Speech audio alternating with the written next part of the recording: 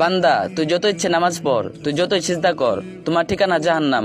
হাদিসটা একবার শুনুন, চোখে পানি চলে আসবে। আল্লাহর এক বান্দা অনেক অনেক কাল আগের কথা, এক নিজের প্রান্তরে একটি ছোট্ট ঘরে থাকতেন এক সাধারণ বান্দা। তার নাম কেউ জানতো না। সমাজে তিনি ছিলেন অতি সাধারণ, কিন্তু আল্লাহর কাছে তিনি ছিলেন অসাধারণ। দিনরাত তার একমাত্র কাজ ছিল আল্লাহর ইবাদত। বিশেষ করে নামাজ, ফরজ নামাজের পাশাপাশি তিনি অসংখ্য নফল নামাজ পড়তেন। রাতের অন্ধকারে যখন সবাই ঘুমিয়ে পড়তো, তখন তিনি উঠে তাহাজ্জুদ পড়তেন। সকালে ফজরের পর থেকে দুপুর, বিকেল, সন্ধ্যা, প্রতি ওয়াক্তে নামাজের পরেও তিনি বসে থাকতেন আল্লাহর সামনে। তার সবচেয়ে প্রিয় অবস্থা ছিল সিজদা।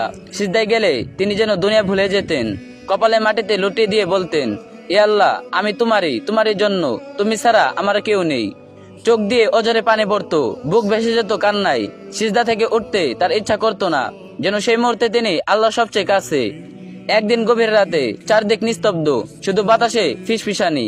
বান্দা তখনও সিজদায়, কপালে মাটিতে, হাত দুটো ছড়িয়ে পা দুটো সোজা, তার সমস্ত সত্তা আল্লাহর দিকে নিবেদিত। হঠাৎ আল্লাহ তাআলা তাকে সরাসরি ডেকে বললেন, বান্দা। বান্দা বান্দা চমকে উঠলেন না, বরং তার হৃদয় আনন্দে ভরে উঠল। তিনি ভাবলেন, আমার রব আমাকে ডাকছেন, কি সৌভাগ্য আমার। আল্লাহ বললেন, তুই যত ইচ্ছে নামাজ পড়, তুই যতই সিজদা কর, তোর ঠিকানা জাহান্নাম। কথাটা শুনে বান্দা এক মুহূর্তে চুপ করে রইলেন।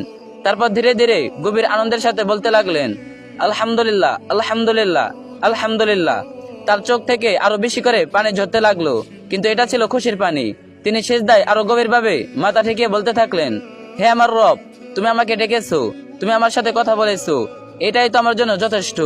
যার নামে যেতে হয়তো যাব, কিন্তু আমার এই ডাক, তোমার এই কথা, এটা তো আমার পক্ষে চিরকাল থাকবে। আল্লাহ তাআলা তখন আবার বললেন, এই বান্দা, যার নামের কথা শুনে কাঁদছো না, বরং আলহামদুলিল্লাহ বলছো, সে আমার প্রতি এতটাই নির্ভরশীল যে আমার ইচ্ছার সামনে তার কোনো আপত্তি নেই, সে শুধু আমার সন্তুষ্টি চাই। তারপর আল্লাহ তাআলা বলেন, হে বান্দা, তোমার জন্য জাহান্নাম নয়, তোমার ঠিকানা জান্নাতুল ফেরদাউস। কারণ তুমি এমন ভাবে ভালোবেসেছো যে আমার যে কোনো সিদ্ধান্তই তোমার কাছে কবুল।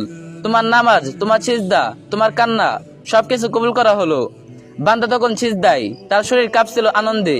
তিনি আর কিছু বললেন না, শুধু আল্লাহর কাছে শুকরিয়া আদায় করতে থাকলেন। শিক্ষা, এই কাহিনীর মূল শিক্ষা হলো আল্লাহর প্রতি পূর্ণ আত্মসমর্পণ। নামাজ ও সিজদা শুধু শারীরিক কাজ নয়, এটা হৃদয়ের। যে বান্দা আল্লাহকে এতটাই ভালোবাসে যে যার নামের কথা শুনেও আলহামদুলিল্লাহ বলে, আল্লাহ তাকে কখনো অপমানিত করেন না, বরং তার ভালোবাসা দেখে আল্লাহ নিজেই খুশি হন।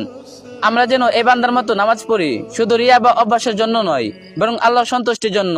সিজদায় গিয়ে যেন আমরা বলতে পারি, ইয়া আল্লাহ, তুমি যা চাও তাই আমার জন্য ভালো। আল্লাহ আমাদের সবাইকে এমন ইখলাস ও আত্মসমর্পণ দান করুন।